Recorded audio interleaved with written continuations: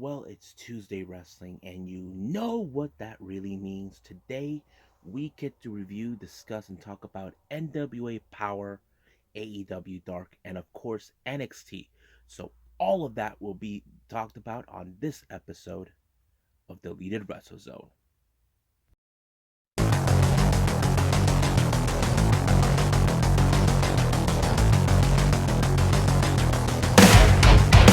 Are you ready? Get up, get up! Get up, get up! Get up, get up! Get up, get up! Get up, get up! Get up, get up!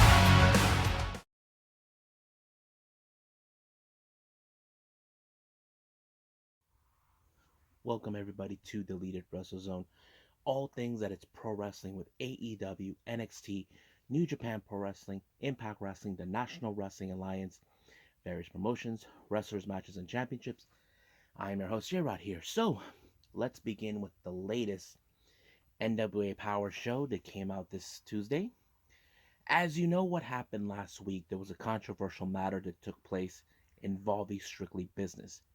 Now, however, Nick Aldis took a protest in a way where apparently he does not like the idea by Billy Corgan, the owner, to in fact set up a 15-man battle royal to determine who will be the number one contender. But however, he did stated that Billy Corgan said no champions are going to be involved.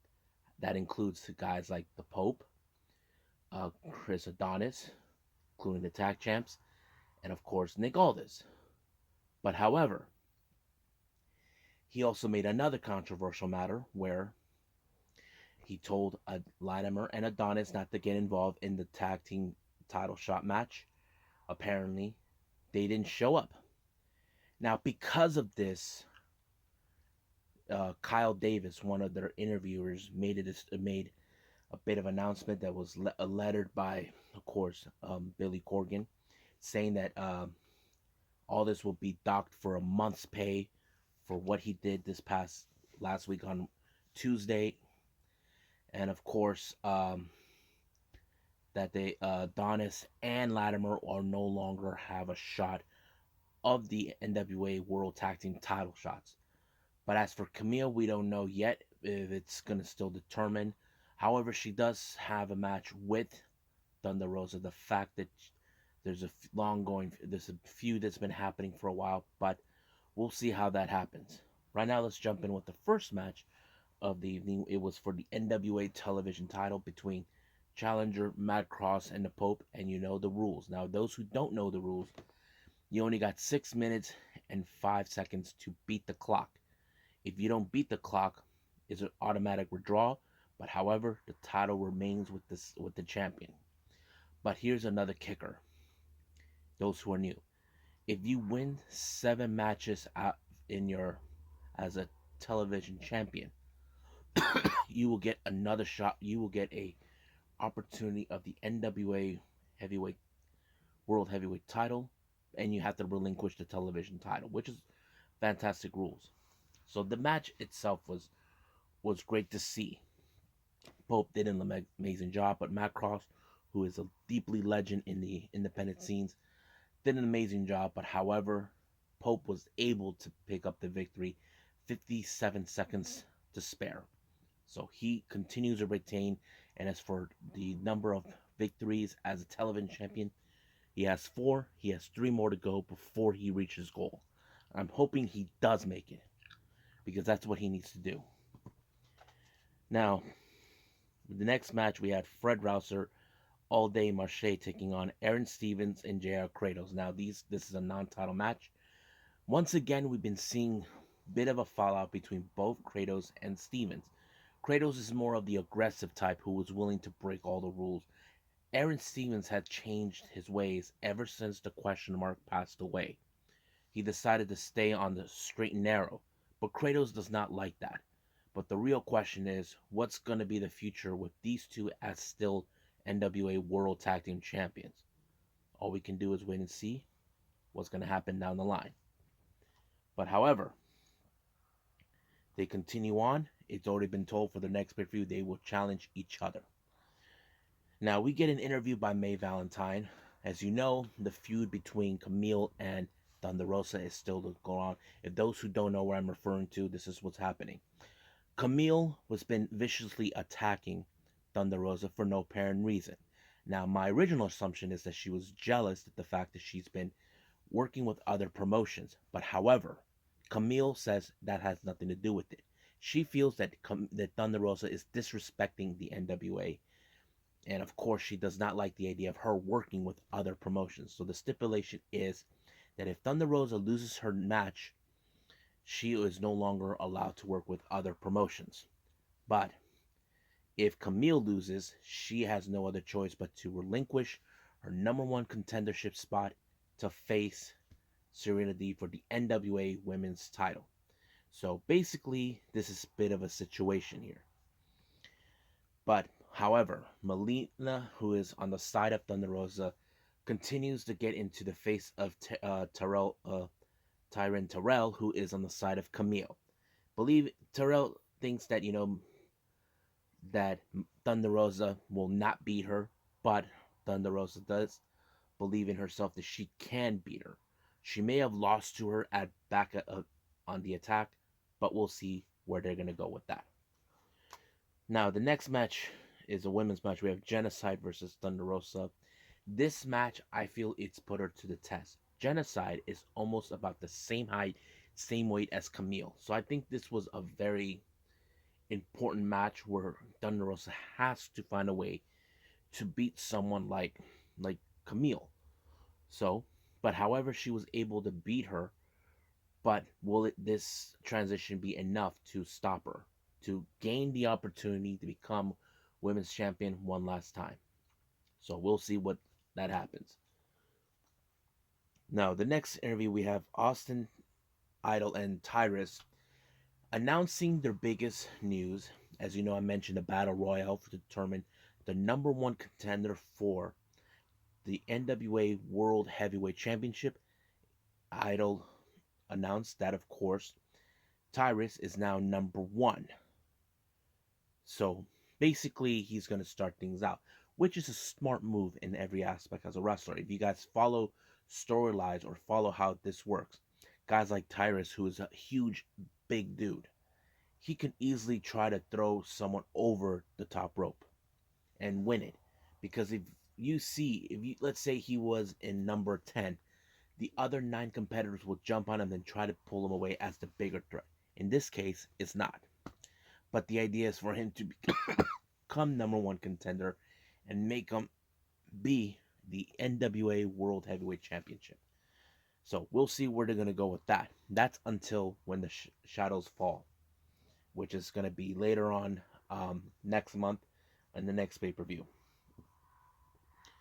Now, the main event was for the number one contendership for the tag team titles. We have the end consistent of Otis and Pyro versus the War Kings, Crimson and Jack Singh. This was a good match. I'm a big fan of the War Kings because they had their mentor, none other than World Warrior Animal, rest in peace. But I kind of was hoping it could be them because I would like to see them become NWA World Tag Team Champions. Because I don't know, I have a feeling that they're gonna drop the Stevens and Kratos could drop their tag team titles, but we'll see how that goes. But however, something happened. They're saying that the the bell ring too early. I don't know, but we're gonna see what's gonna happen next week in this matter of the tag team match that could be leading to a controversial matter. So we'll just watch next week and see from there.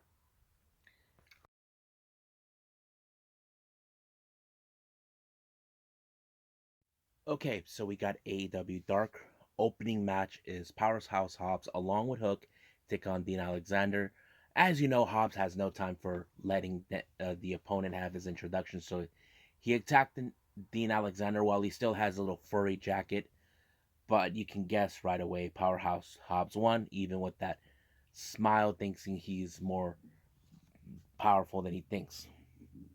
Next match, as we know, Dante Martin has been a very fantastic wrestler as a singles competitor while his brother Darius is recovering. He faced a luchador named uh, no, Falco. It was a good match. I mean, two high flyers, but I have to say I did find Dante Martin's high flying skills great. As though even Taz says that he has his eyes set on him. I mean, it wouldn't surprise me that he would try to recruit him, but we'll see when that happens because Dante is a fantastic wrestler and he is one of the top stars who they should be paying attention. Then we have Matt Hardy, who has been very much on a war path against the Dark Order ever since they cost him the first quarter of his financial earnings thanks to Hangman Page. It was revealed that he discovered 3 members of the Dark Order will be involved in a casino battle royal. That is Uno, 10, and Colt Cabana. So these 3 individuals are going to be there. But however, Hardy did reveal that he, along with Private Party, are going to be in the battle royale, the casino battle royale, to ensure he gets a shot of the AEW World Championship. But I doubt that could happen. Next match, we got 10 facing off Ryzen. 10 is becoming a well-respected wrestler, one of the most powerhouse within Dark Order. You can tell by what he can do. I love the guy. Not only that, he even finished the match off with the Nelson Lock onto Ryzen and picked up an amazing win. Then we have Chuck Taylor along with with Orange, Trent, and Chris taking on Aaron Roker, who I don't know who he is, but you can guess that Chuck won by put the waffle awful on him. And of course, I love the best friends. Next up, we have Fuego del Sol taking on Shoddy Lee Johnson. This was a fantastic chance for Johnson to continue to rise.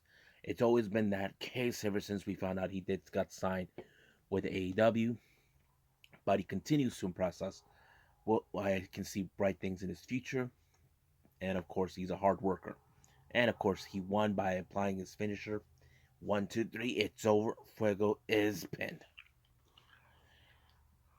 Now, this coming Dynamite, it was revealed that the Acclaim will face Moxley and Kingston, and once again they put out some dissing tracks, thinking they are better than them, thinking that they can never run hard anymore. But I have the feeling that Moxley and Kingston are going to give them something to remember them by, an ass whooping. Trust me. You see, they think they're better than them, but I wouldn't count out Moxley and Kingston just yet. Next up, we got Dark Order, Evil Uno, and Colt Cabana taking on Tamilian Vinish, I don't know who he is, and Duncan Mitch. I have to say, watching Uno and Colt working together is pretty cool because normally we've seen Uno with Stu, but I'm assuming Stu is out of action due to an injury. But I can't wait to see him come back. But it was a good match. I did enjoy it, seeing these two work together. Even though there was a botch of how they won. The match won, but the botch was how they were celebrating. If you guys get to see it. Next up, we have Cesar Bononi along with his wingman taking on Marco Stunt. I have to say, Marco put up a heck of a fight. But, come on. A guy like Cesar Bononi, he was going to lose. But as soon as Cesar Bononi won, the rest of the wingmen attack him. But here comes members of the Jurassic Express to give a helping hand to Marco Stunt. Next up, we got Nick Camarado along with the Factory taking on Adrian Alanis. You can guess Nick Camarado won because he's one tough SOB. You can tell that he's going to win this match no matter what. Next up, we got Serpentico along with Luther taking on Sonny Kiss and Joey Janela. I have to say, a pretty good match. I have to say, I enjoyed it. But however, I was surprised that this was an upset by Serpentico when he pinned Sunny Kiss. I didn't expect it, but I have to say I think they're giving a bit of a push, hopefully a bit of a push for Serpentico, not only because he's been involved with Luther as Project Chaos, but maybe give him more exposure of who he is. Next up, we got Big Swole and Red Velvet taking on Vert Vixen and Jasmine Allure. Been a big fan of how Big Swole and Red Velvet work together, but in the stands, it was revealed that Red Velvet is going to challenge for the NWA Women's World Championship against Serena Deeb. Deeb was right there watching, but you can guess that Deeb has she's paying attention, watching her competition until tomorrow, but it's going to be great to see it. And of course, Big Swole picked up the victory, but we'll see what's going to happen for that on Dynamite. Next up, we got Griff Garrison in singles competition taking on Dion Russman. I have to say, Griff, we hardly get to see him as a tag team competitor, as a singles competitor, but him being I think we're getting a little more as we taste. I think this is a perfect opportunity not only just to separate them from each other, but have them compete as singles competitor, because it's okay once in a while as a tag team competitor to try to do things as a singles competitor. We've seen that before with many tag teams in the past. But I was happy that Griff Garrison won. Next up, we got Matt Sydal taking on Martin Cassius. You can tell by this match that Cassius is nuts, but of course, you do not deny the new abilities of Matt Sydal with his high flying and groundwork.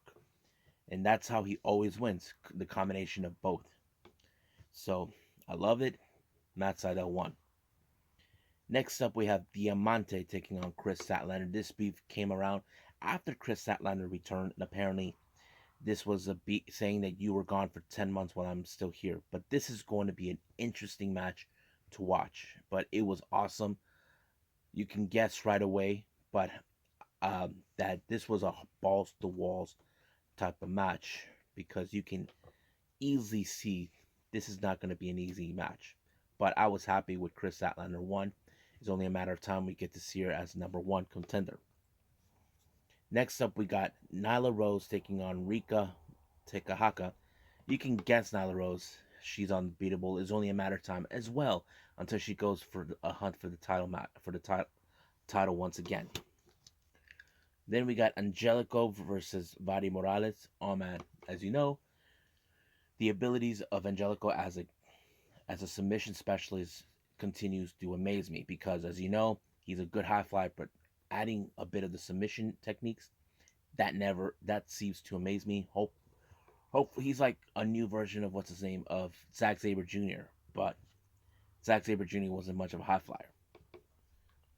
But you can guess, I like Angelico. He won his match.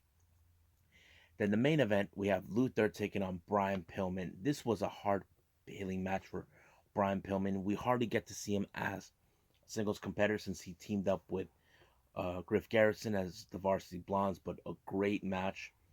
Did show a lot of character for Brian Pillman. But however, because he won the match, Serpentico continues to attack him and the Chaos Project intending to wipe him out. But Julia Hart, who is the official cheerleader of the Varsity Blondes, went looking for Griff for help. And of course, luckily for us, Griff showed up. But however, the real question is Brian Pillman Jr. will be okay before Wednesday, where he and Griff will be challenging for the AEW World Tag Team titles against the Bucks.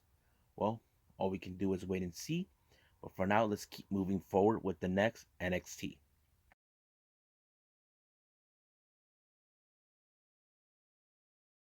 Okay, so we got NXT. This is a huge event where they had, of course, the main event for the North American title in a steel cage match, but we'll get to that. So let's start with the opening match. We have Toni Storm versus Zoe Stark.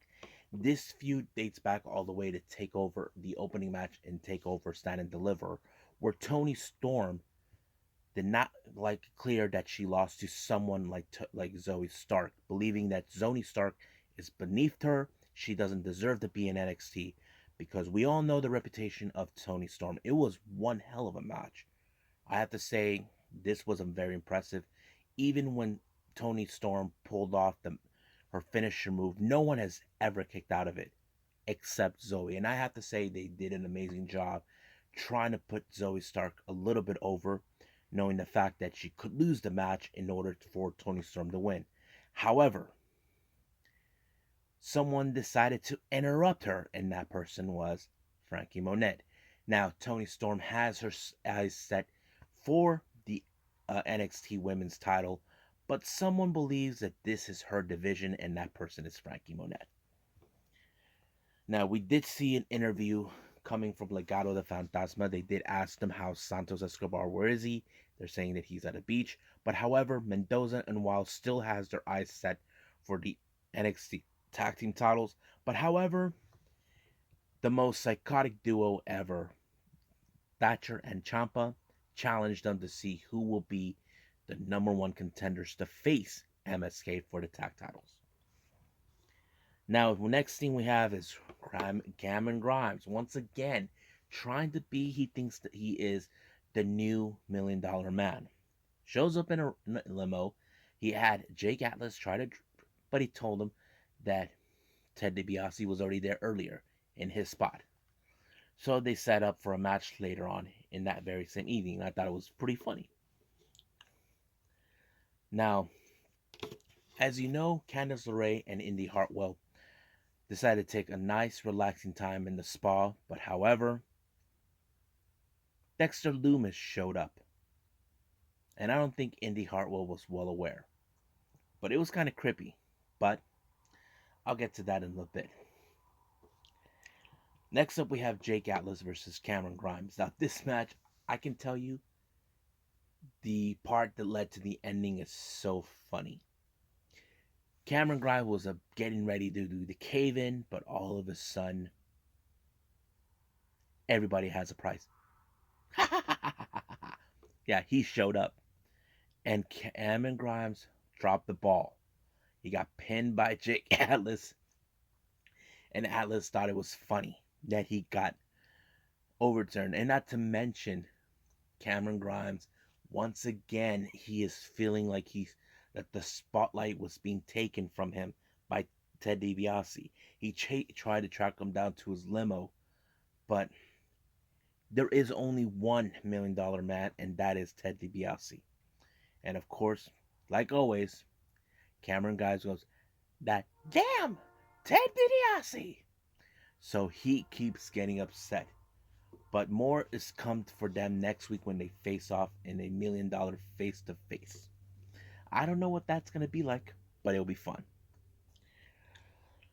Now, Pete Dunne has been trying for a long time. He knows that there's challengers, people that he feels that they deserve, that he needs to prove something. Now, he did prove the Kushida, all that, but the real question is, who could be next on his radar? We do know he is targeting the NXT title, which is Karrion Kross holding it, but don't know when that will happen. Next up, we have Alexander Wolf along with Imperium taking on Killian Dane along with Drake Maverick. This particular match, we don't know what happened. Wolf hesitated when Imperium handed him over a chair and he lost the match. And of course, Eichner and Bartel attacked him, left them in the ring. But the real question remains, is Wolf out of Imperium or what? I don't know. But we'll see what happens. Next up, we have an interview with Raquel Gonzalez. Now, as we know that she is the NXT Women's Champion, she and Dakota are determined to once again to go on the title hunt for the NXT Women's Tag Team titles. But they were interrupted by Everrise trying to promote themselves. But their mistake is saying that Raquel Gonzalez could never punch them. Actually, she did, and she left them right there. I don't know what they were thinking. If I were you, don't mess with Raquel Gonzalez.